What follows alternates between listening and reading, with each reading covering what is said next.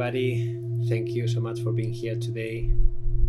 My name is Emilio, and today I want to talk about discovering your edge of safety and rewiring your nervous system in those moments.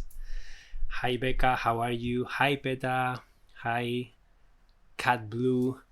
Thank you so much guys for being here, and it's been a while since I've done a live session. Lots of changes in my life, and they really connect with today's topic. Hi Ursula, welcome to the space. So I invite you to close your eyes if you want. Let's transition into the session together. Close your eyes, take a couple of deep breaths, and enjoy the sound of the singing bowl.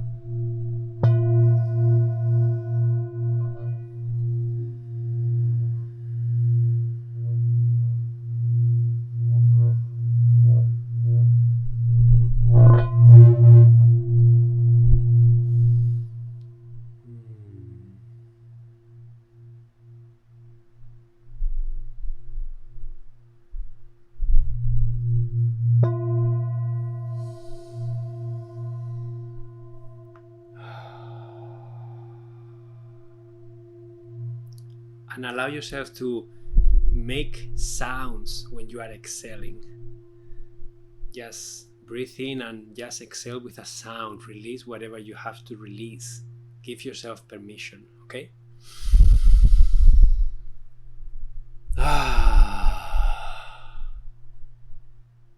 Oh, it feels so good. Hi Jennifer, welcome to the space. So I'm curious to know, when you guys read the title of today's session, what came to mind for you? Discovering your edge of safety, discovering your edge, where you stop feeling safe and then retraining your nervous system in that specific moment. I'm just curious to know what came to your mind when you read the title. I would love to know that before we get started. Hi Angie, hi Isadora. Yeah. Hi CJ, CY. So today's topic, I chose it because it's very present for me, this work. How to self-soothe? ? Yeah, hi Emilio.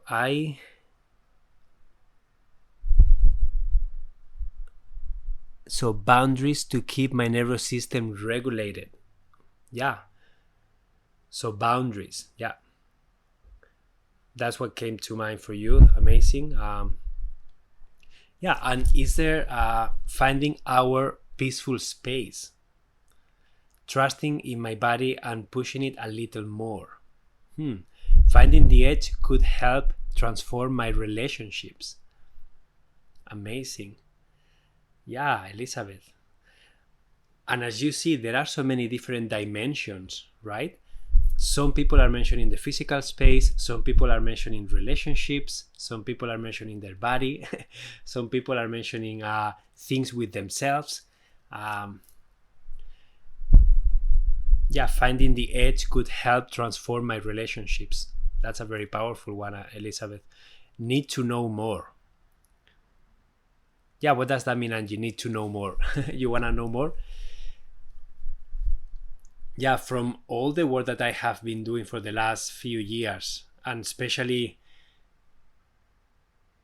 in relationships, but also with myself, with the meaning that I place in things, with what safety means to me, I have been finding my edge like quite a lot of times lately. And when I find my edge, what happens is I stop feeling safe. And what happens when I, Emilio, stop feeling safe? I disconnect. I become angry. I become impatient. I feel the need to protect myself. My body language is kind of aggressive, erratic a little bit. I I feel on survival mode. So I don't have time to thrive. I don't have time to be creative. I have to do something to stay safe. Passive aggressive comments. So there are a lot of things that happen when I find myself on the edge because I am being challenged. I am being questioned. And it doesn't feel comfortable. And my nervous system doesn't feel good. It's sometimes too intense for me to be able to absorb what's happening. Okay? That's why this is something that is so important, to pick moments. And to pick a moment where you notice that you are being challenged. A moment where you don't feel safe. A moment where you have something on the pit of your stomach, or you have a lot of tension on your shoulders, or you are barely not breathing, or you are completely like not feeling safe, and your body language is very closed. There are so many ways of noticing that you are on the edge. And sometimes people on the outside can notice things that probably you are not aware of.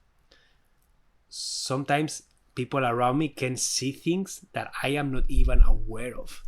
And that is really powerful, because when they tell me, and I didn't even notice that maybe I was like this, or that I was completely like close, or I didn't notice that I was being impatient, or so it's really powerful to have someone else mirror what's happening and help you out. So I hoping to figure out how to expand the edge. Feels close. Yeah, we're gonna talk about that. Yeah, neuroplasticity, absolutely. Can you elaborate on the edge? Do you mean of tolerance, boundaries, challenged by judgment? I'll answer that question. I mentally and physically shut down and isolate. Yeah, amazing, Sen. It's good that you are noticing how you react. A very challenging growth experience. Yeah, growth. So there are, guys, you are nailing so many of these topics that are so related, right? First, defining what does it mean, the edge. What is the edge? How do you know if you are on the edge? And then you guys are talking about neuroplasticity. Neuroplasticity is basically, it says that our brain is not set to stone. We are constantly having the opportunity to rewire our brain, rewire our nervous system and how it reacts to things.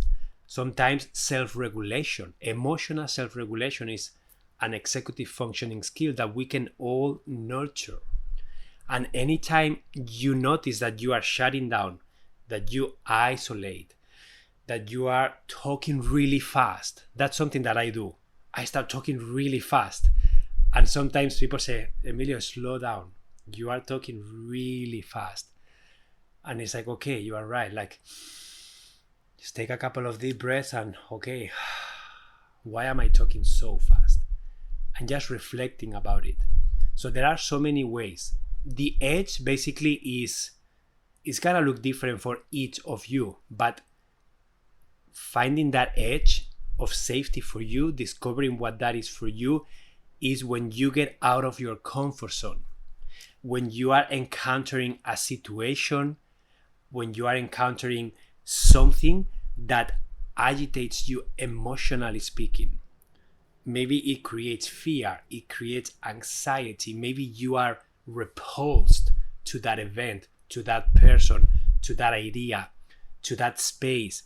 It can be anything that can trigger you into not feeling safe. That's why there are so many dimensions that you can look at. There is the dimension of relationships. So many times I don't feel safe with my partner. And that's why we use imago dialogue, that technique of communication, to be able to create safety around topics that can be very triggering for me or for her. That is one example, one dimension, romantic relationship with my partner. Another one, being a father to my daughter of 5 years old, to Eva. So many times I feel on the edge because she's doing something that is challenging me to the core. That happened with creating a mess with food creating a mess of toys in the living room. Sometimes creating a mess impacts me in a way that I feel like, I need to fix that, I need to clean that, and I've been doing work around that, and that comes from my infancy, that comes from me maybe not being allowed to be messy, and that's in my nervous system. So when I see that outside of me, that makes my gut kind of constrained, and I feel like, and I feel burdened, I feel anger, I feel responsible, and all those things are showing up in that moment with that specific action. But there are so many other examples, and I'm happy to read some of your comments about what is an edge for you. An edge for me lately has been, well, we moved out of our home and we didn't know where we're gonna go. And then having to rely on friends' help, having to have that uncertainty of not knowing what's happening, that is an edge that for me it's touching on what it means to feel safe.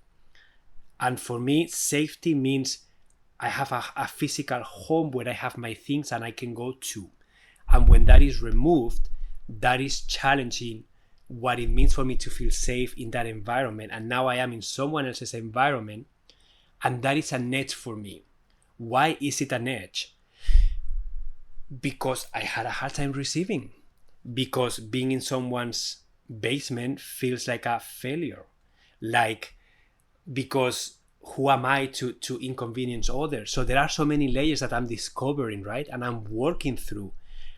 And that's an edge for me to feel comfortable. Now I can tell you, I feel so comfortable, and I have learned how to really receive without feeling guilty, how to really be able to be and give with love, receive with love, and accept this uncertainty in my life right now.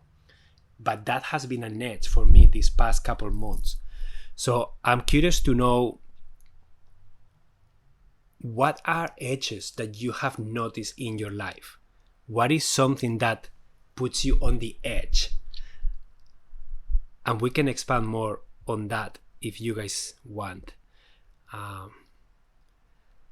Sometimes my body responds with unsafety. And I don't know why. Exactly. Sometimes your nervous system reacts, your body reacts in a way that you don't understand. And maybe you don't even want to react that way, but it just happens. That is an edge. That is a physical, emotional edge in your nervous system that needs some work. You need to get curious. You need to be very patient, very compassionate with yourself, and just get curious, right? Because there is something underneath, for sure. There is something that you can discover underneath that. Then you nail it. It feels like a porcupine. Just want to curl into a ball with all my pricky thorns around me to keep toxic people away. Yeah, Isadora, thank you for bringing that picture of you being able to crawl into a ball and that ball is full of safety with nothing can get in there. You are protected. Yeah, it's a very visual way of representing what we want to do sometimes. We want to disappear. We want to create a bubble around us so that we can feel safe. Physical discomfort in my body. Feeling like I'm not being heard. Chaos and confrontation with others. Angela, absolutely. Relationships, having someone else's energy mix up with your energy and creating a dynamic that sometimes you don't know how to navigate.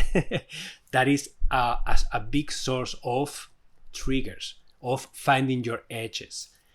And finding your edges is not negative. It's actually good, because the sooner you find the edge, the sooner you can get curious about it, the sooner you can see what's underneath that edge, the sooner you can relax into it.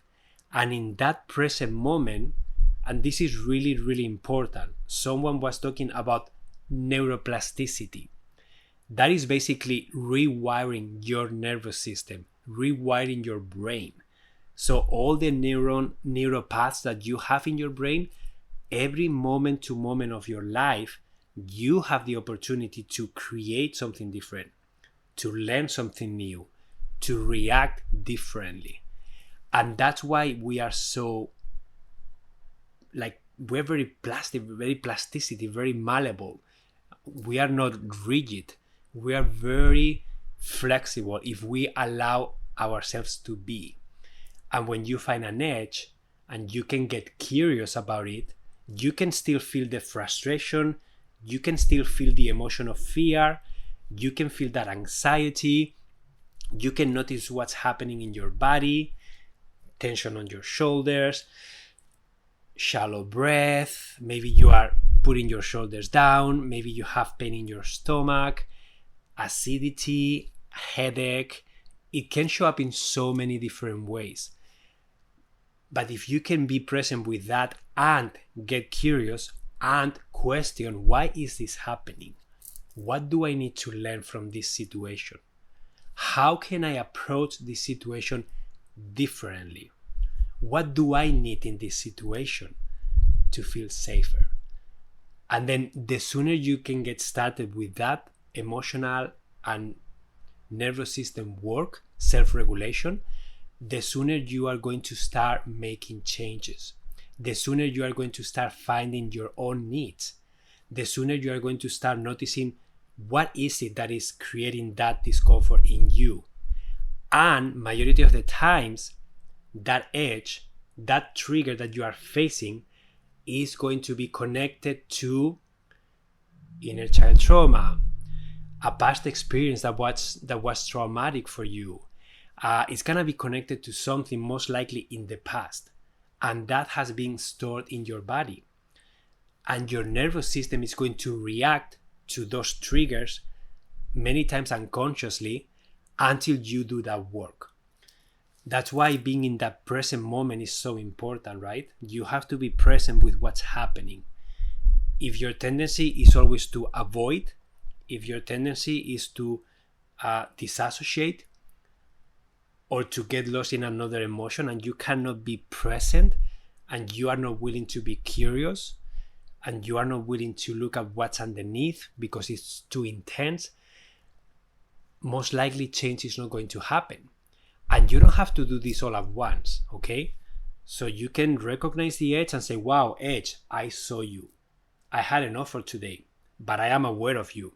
That is an edge I have. It's right here. Next time you go right against the edge and you can stay maybe 3 seconds there and then you leave.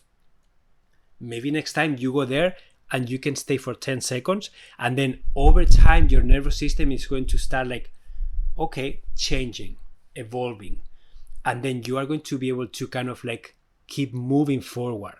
And of course that edge is gonna keep moving forward too. And you may discover something new, but it is always your choice, right? You can choose to do this work, or you can choose not to do it. Is this like desensitizing therapy? Iris, that's a word that you can use. There is somatic therapy, there is a nervous system self-regulation, there is exposure therapy. For example, if you are afraid of spiders, and the idea of thinking about a spider like really makes you clench, make you like collapse, maybe starting to think about the spider is going to help you recognize what's happening in your body and then be present with it. And maybe the next thing you do is you look at the picture of a spider on your phone or on a book, and then you feel that, but it's not too intense that it shuts you down, but it is intense enough to be uncomfortable, but you can be present a little bit with that. And then you keep moving that exposure. Maybe next time you actually approach a real spider from the distance. You know you are safe, it's right there, you can see it, and the intensity is higher. And then you stay there, maybe for days, maybe for hours, maybe for weeks, who knows. But then slowly you start exposing yourself to that until you will have a spider on your hand. And then your nervous system won't react how it reacted before. That is called exposure therapy. But that's, again, there are so many different ways and so many different words that you can use to define this. Trigger training. Yeah, Elizabeth, I like that. Let's call it this is a trigger challenge. Okay. I like it. I have a great mantra for edge. You have no power over me. Isadora, I love it. Does it work for you though? When you find an edge and you are feeling triggered, like if you say that, does that trigger disappear? Does that mantra allow you to go further? I'm just curious. I don't think I will ever get to the spider on the hand, but can live with them. Yeah. So Peta, again, you choose how far you want to go with this, okay? In my experience, for example, when it comes to relationships, there are triggers that will appear. And there is this theory about, it's called imago theory, imago therapy. And that basically this therapy modality says that basically we are choosing our romantic partners based on what we receive from our parents. That's the truth. So basically when we were little, we learn about the world through the people who raised us. And then because we understand the dynamics, because we learn what love was, how to receive love, how to give love, how to be there, how to stay safe, we did learn to navigate the world. Depending on the household, you learn about your family dynamics, and then you kind of learn how to navigate that. So basically that is an image, and that image translates to the relationship with your romantic partners. And basically this imago therapy, imago theory says that consciously or unconsciously, you are gonna choose a partner that fits the mold, that fits that image. Okay?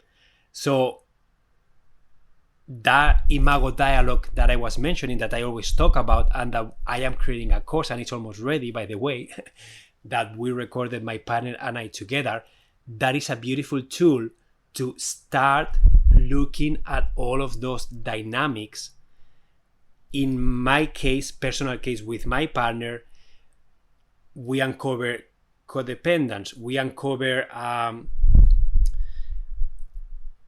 controlling through leadership and not letting go of control because of safety. We uncover physical touch being something that is very triggering, and because of past experiences, not because of us, but it's just how the nervous system reacts. We uncover me tiptoeing around her because she's more powerful and I am kind of afraid, so I don't know how to lead. So I kind of tiptoe and I don't know what to do. So that kind of energy, we uncover that and the reasons why that's there.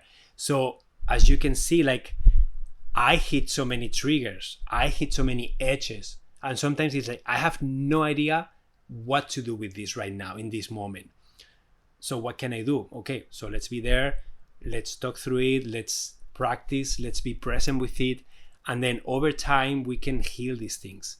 We can be seen, we can express, we can try something different. When you try something different, it's gonna be clunky because you have never done it differently before. So you are basically retraining your nervous system because you don't do what you have always done. You start doing something completely different and you have no idea what's gonna happen. And that's why you have to be patient. That's why sometimes it just takes time. And that's why you have to be willing to do this work. Okay? How does Imago relate to attachment theory? Sounds very familiar. Yeah, so JB, attachment theory, that's just one dimension of it. You can talk about codependence. You can talk about leading and following. You can talk about micromanaging and not letting your partner be or live because you need to control everything. So you can look at so many different things and they are just dynamics that you learned. Okay, maybe when you were little you learned that the way for you to feel safe is to take control, and if you are doing things you are safe. So the idea for you to surrender to someone, it's unsafe. Your nervous system knows that. Your nervous system is not going to let go of control if it believes it's unsafe. So that can be an edge for a person. I cannot let go of control. So how can you work through that? By first recognizing that dynamic, recognizing that need, recognizing what's underneath that need of controlling, and then starting to surrender in a way that you can handle. So maybe you don't surrender completely everything in your life, but maybe you say, you know what? Today I am not going to decide what's for dinner. I am gonna let it go. Someone else is gonna do it. And you have to be okay with what happens. That can be a good step. So this is just one example. Attachment theory can be something different, right? Maybe you are attached. I personally feel attached to people that I believe are stronger than me. So my tendency, my nervous system likes to feel safe by putting myself behind someone that I sense, oh, this person seems strong more than me, so I'm just gonna be behind them, and that way I will feel safe. I just do what they do and I will feel safe. And then for me, leading something means unsafe. It's unsafe. Safety, please. I can, what's gonna happen, I don't know. So that was an edge for me. Starting on Insight Timer was amazing for me because I got to test. I was completely alone here. I didn't have my partner because we used to give talks, hundreds of them, but always with her. But I started showing up by myself. I started to lead. I started to create courses. I started to help people one-on-one. And then the more I do it, the more I realize, wow, I'm an amazing leader. But I have always been afraid of it. So that was always an edge for me, that I keep pushing, right? I keep pushing, and then I can lead amazingly. But there are some times that I feel like, I don't want to get in there. That feels unsafe. And I still feel it in my body. But I know that my work is to push through that. How much? As much as I can without losing my mind. Let's put it that way. So you can choose the pace. But yeah, interesting and very useful to explore. Everything that we are talking about here, guys, is an invitation for you to explore, to be curious, and try to grab a specific moment. Because if not, it can just be so overwhelming. You don't know what to do. If you start bringing hundreds of things, it's going to be very difficult for you to kind of unpack, okay? That's why this is a moment-to-moment thing. When you notice that you are being triggered and you notice that you are on an edge and something is happening that is affecting you and you are not self-regulating well, that is an opportunity for you to, if you can be conscious, just to slow down and say, okay, what's happening here? Wow, what's happening? Why am I feeling this thing in my belly, for example? Oh yeah, I'm nervous, or I'm afraid, or I don't know what's gonna happen here. Or so you start becoming aware. And then once you become aware and you can be present with that emotion, then you can uncover what's underneath, and then you can hopefully bring that to your therapist, to your coach, to your meditation practice, to your friend, to your family member, to your partner. So you can ask for help too. You don't have to do this all alone. Okay? Sometimes it's professional help. Sometimes can be a good friend. Sometimes can just be you creating a container of time with yourself to meditate about that specific edge and that situation and what happened. Maybe you do some journaling. Whatever you need. Maybe you read a book about that specific thing that you are noticing. Okay? Yeah, glad you are here, Emilio. Many lives changed by you. Thank you. Thank you, Becca. This makes so much sense. Thanks for your honesty.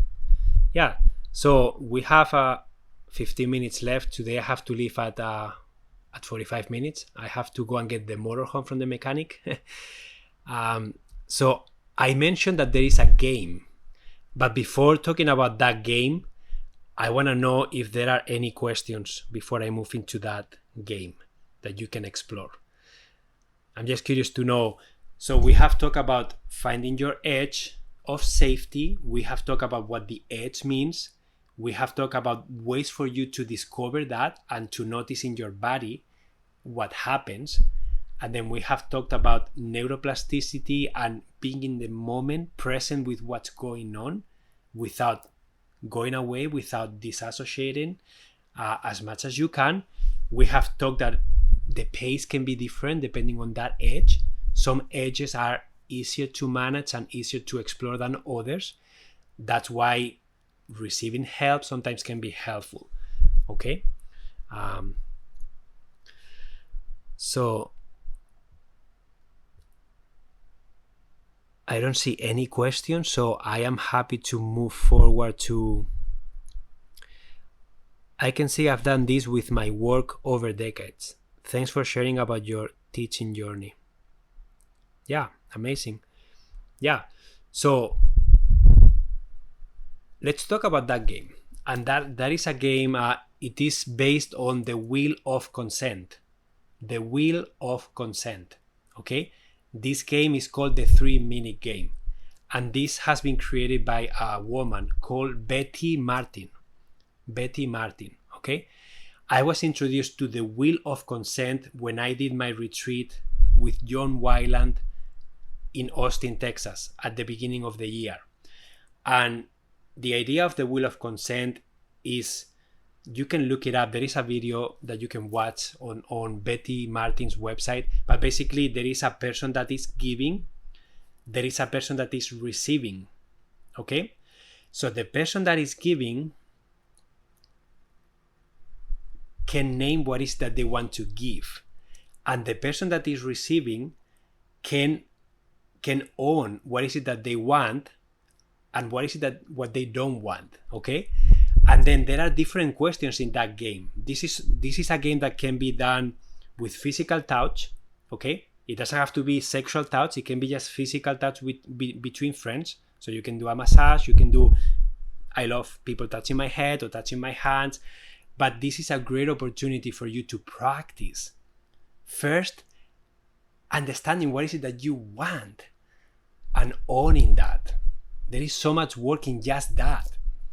And then for the person who is giving, to be able to say, I am happy to give this to you with an open heart. Or, you know what? I am happy to give this, but this I will not. And this is my boundary. So it's very powerful. You can apply this game to intimacy. I have done this with my partner, and it's amazing because anytime we discover an edge, especially in sexuality, it's very important to create safety around it. When you are exploring something that it's making your body kind of like feel so unsafe, it's really important to be aware of it. And then it's really important to really recognize what are the boundaries that I need to create so that I can stay here and feel safe, so that I can be on that edge but not go way past it, that I will feel completely anxious or completely disconnected. So how can I create that safety? By becoming aware of what is it that you need, what is it that you don't want, what is the boundary that determines that for you. And that's gonna change moment to moment. There is also, when you do that give and receive, sometimes the person giving and the person receiving, sometimes is the opposite. Sometimes a person is doing an action to receive, and the other person is allowing access for the other person's benefit. Okay? So for example, imagine that my partner, she loves touching my hair. Imagine, oh, I love touching your hair, and maybe I don't love it. Maybe that is not what I will ask for. But she says, Emilio, I would love to touch your hair for my own benefit. I just love it. It's so long, so fluffy. Can I please touch your hair? So this is her wanting to touch my hair for her benefit, not for my benefit. Okay? So then I can decide, okay, you can touch my hair for your own benefit. It's not what I like, but I don't mind. I can do that with an open heart. Or I can say, you know what? I hate people touching my hair. I don't want you to do it, sorry. Or I can say, you know what? You can touch my hair, but just this section here from my neck, please don't touch it. Just stay on the top. That is my boundary. I can do that with an open heart. So as you can see, it's such a fascinating way of exploring that edge, of exploring what feels safe, of exploring what happens if I do this, what happens if I receive this. And sometimes it's like when we did this exercise, basically they pair me with a person that I have never seen before, and then they say, okay, it's your time, Emilio, to tell this person in 90 seconds, how do you want this person to touch you for your own pleasure? Again, it wasn't sexual, okay? But you can take it to that realm if you want to with your partner. And then I had to think like, I had no idea. What do I want? And then I started to think, wow, I love my hair being touched. I love my shoulders being rubbed. I love someone like doing this with my hands. So I had to think about it because it didn't come like this. So that on its own was amazing. And then the person, when I said, I would like you to do this, to do this, to do this, to touch me here and there. Then the person listens and then they say, okay, now is the time of the other person to say if they have any boundaries about this, if they can do everything with an open heart or not. And the other person has the opportunity to name what they feel. You know what? I can do everything that you requested. I have no problem with it. Amazing. So let's just do it. You know what? I can touch your hands. I can touch your shoulders. I don't want to touch your hair. That's enough for me. Okay? So that's the boundary. So don't touch my hair. But it's a beautiful way of communicating and finding together what that looks like. So yeah, so Angela says, I can't engage in sexual activity where I don't feel in control. So Angela, that is a beautiful edge that you have discovered. So of course, when we are entering this intimacy aspect, trust is very important, right? So you don't want to do this with someone that you don't trust. So there has to be some sort of trust first. And there has to be communication, hopefully, and there has to be a nice foundation where you are both committed, where you are both honoring each other. And from that place, then you are willing to interact, knowing that most likely triggers are going to appear. And when triggers appear, you can even... So this is something that I also learned, and it's so powerful. You can come up with a word that means we stop everything we are doing because it's not safe. You can say, with my wife, we have pineapple. Anytime we say pineapple, that means that we stop everything. Pineapple, I can use it when I am with my daughter. Pineapple, I can use it when we are together having a conversation. Pineapple, we can use it when we are in sexuality. Pineapple, we stop everything and then we just step back and we just eye gaze. We eye gaze, we stay there. And then when the person feels safe, then we can do this, or we can do safe, I feel safe again. We can have a word, blueberry, whatever you want to come with the word, but then one person will say the word or will make the gesture, and then the other person will make the gesture, and that signals, okay, let's start again. But then you're going to be more aware because you know that something happened. You know that a trigger was set. You know that one person didn't feel safe. And that is a beautiful way to honor what's happening. Again, this is something that with your partner, if you are both committed, is very easy to do, right? Because you are both on the same page. If you are out in the world and you are with strangers, it's more difficult to do this. I understand that. But you can still protect yourself. You can still notice your triggers. You can still find your edge. And you can verbalize what that looks like for you. You can always say, sorry, I'm not feeling safe right now, or I'm not feeling well. I just need more space, or I just need, can we just slow down? Or can I have 1 minute to think about this? So there are so many ways for you to create safety for yourself. But one of the first steps is always you deserve to have safety, to allow yourself to receive that safety, to speak up. And that is a really hard work for so many, myself included. So many times I do not ask for what I want and need. And that is my work. It's not someone else's work.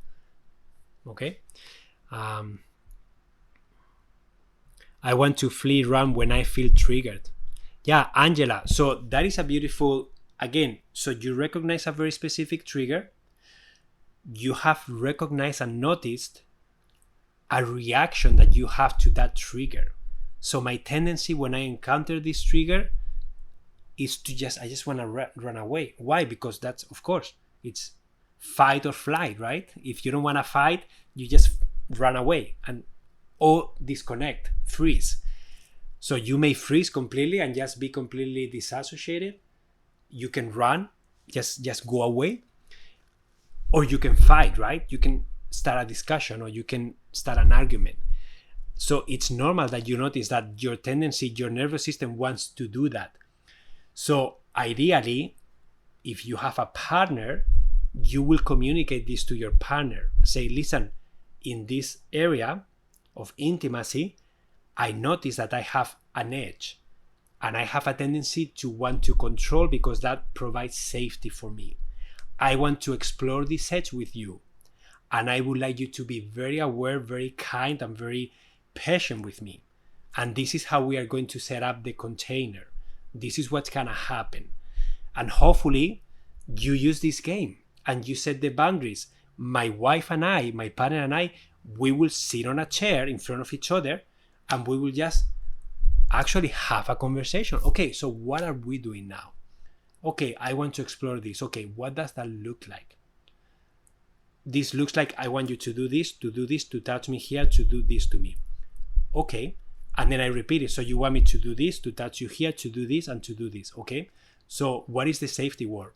Pineapple. Okay, so what do we do when we say pineapple? We separate and we eye gaze. Okay, what happens when we feel safe? We're gonna say blueberry, or we're gonna do this with our hand. Okay, and what happens when we both do this with our hand?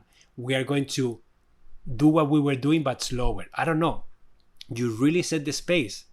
You really set like a scene. I know for some of you it may seem like, but that is such a tune off. Guys, but if you are feeling triggered, if you are exploring something, in this case in the sexuality arena, do you want to be able to explore it more and hopefully with time become fluid and become comfortable there? Or do you want to stay triggered forever? What do you choose? So this is a tool for you to explore that. Okay? So Angela says, just talking about this is making my heart pound so hard I can hear it beating in my head. Angela, beautiful. Again, it's so nice that you are aware of it, right? It's so nice that you can sense that. So follow your intuition. You know what you need. I invite you to take this, such a specific thing that you share here, take this to your meditation practice. If you don't have a meditation practice, just go for a walk by yourself. Do something that you enjoy doing by yourself. Maybe you have a bath. Maybe you like painting. Do something and then sit with this question. What do I need to explore this edge? What can I do to be able to move forward with this? What do I get when I control? What do I lose when I stop controlling? What do I need in order for me to let go of control? What feels good for me? What is the next step that feels good for my nervous system to try and test? Even though it's going to be uncomfortable, but I think I can manage it. Just keep asking these questions and I promise you that you are going to find the answer. And I would like to close this talk with something that is very important. Okay? We can talk about this as long as you guys want to. You can read as many books as you want to. You can watch as many videos as you want to. But the real work, magic happens when you actually do it. Magic happens when you have the courage to sit in front of your partner and go to that edge. when you have the courage to find that edge, to find that trigger that makes you feel so uncomfortable, and be willing to go there and be present with it. And again, you choose the pace, but the nervous system retraining, rewiring, that neuroplasticity that we were talking about is going to change by you being present with that specific situation and do something different that you haven't done before. That is the magic. That is the healing. That is where change happens. That is why I am so in love with Imago dialogue for everything related with my partner, because we sit in front of each other and we do the yoga of communication, is called. We do this nervous system self-regulation, co-regulation, and we are sitting with the trigger and we are being witnessed by someone, and we have to be seen and we cannot escape, and we have to keep eye contact, and that is so intense, but it is so healing. So you have to do it. You have to be present. That is where the magic happens, because everything else is theory. Everything else is just concepts that you keep in your mind, but it has to translate into your nervous system. Okay? So guys, this is the end of today's talk. I hope that you get something tangible from today's talk. I'm just curious to know, what are you taking home from today's talk? What is the one or two things that you really, wow, I'm gonna do that, or I really resonated with that? What are those one or two things that you are going to take action on, just to solidify the session, to solidify the learning, and hopefully to take it to the next level? So what is one or two things that you are taking home from today's talk?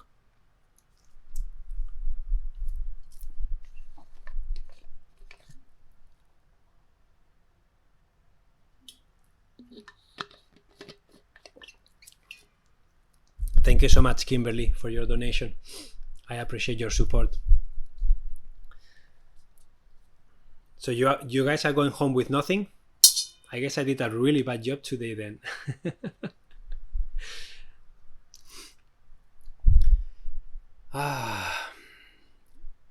So just sit with that question in mind, and it's okay if you don't have an answer right now, but I would like you to transition out of the session.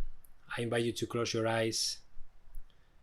I invite you to listen to the singing bowl.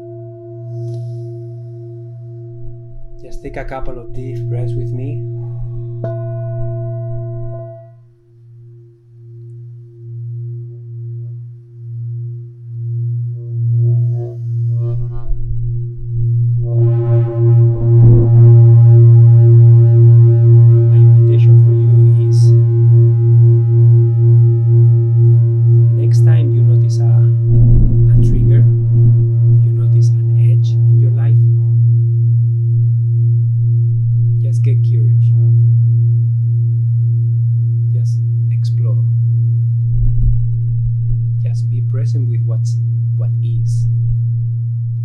Fix, you don't have to heal, you don't have to do anything yet. You just look at it, feel it, be present with it, and then take that to your mindfulness practice and check in with yourself. What do I need? What can I do? How can I approach this next time differently? And the doing is the most challenging part. How can I face this and retrain my nervous system in that present moment? And I can tell you, there will be crying, there will be sweating, there will be tension in the stomach, tension on your shoulders, migraines, stomach acidity, cramps, and many, many, many other symptoms. And those symptoms are great because they mean that you are moving the energy. They mean that change is happening in your nervous system. So not all these symptoms are bad. Okay? So guys, thank you so much for being present today. Thank you so much for coming. I have scheduled another session for next week on Tuesday. I hope to see you guys there. And if you have any questions in the meantime, you can join my circle. It's called Your Thriving Lifestyle. And I also have a bunch of courses that you can take at your own pace. Okay? Have a wonderful rest of your day, and I will see you hopefully next week on Tuesday. Okay? Adios.